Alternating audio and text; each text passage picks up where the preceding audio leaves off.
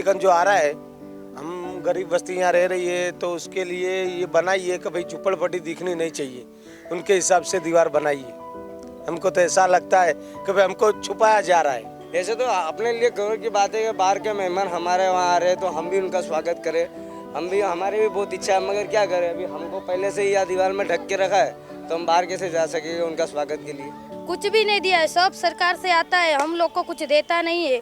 भाई इधर गट्टर नहीं है, घर पे चौकड़ियाँ नहीं, मतलब बाथरूम में पानी नहीं आता है, बाहर हम शौचालय में जाते आते हैं और रोड पे ऐसे बढ़ते करते हम बाथरूम में। हमको पानी की तकलीफ है, संडास बाथरूम की तकलीफ है, गट्टर लाइन की तकलीफ है, सब तकलीफ है। हम नहाने के लिए नदी में जाते, सब इंसान हमको देखते। दीवार बनाने से हमारे को बहुत अच्छा मिला, छाया हमारे बैठने उठने के लिए, झाड़ बाए बहुत अच्छा हुआ हमारे लिए। और जो भी सरकार करती है बहुत अच्छा करती है हमारे लिए।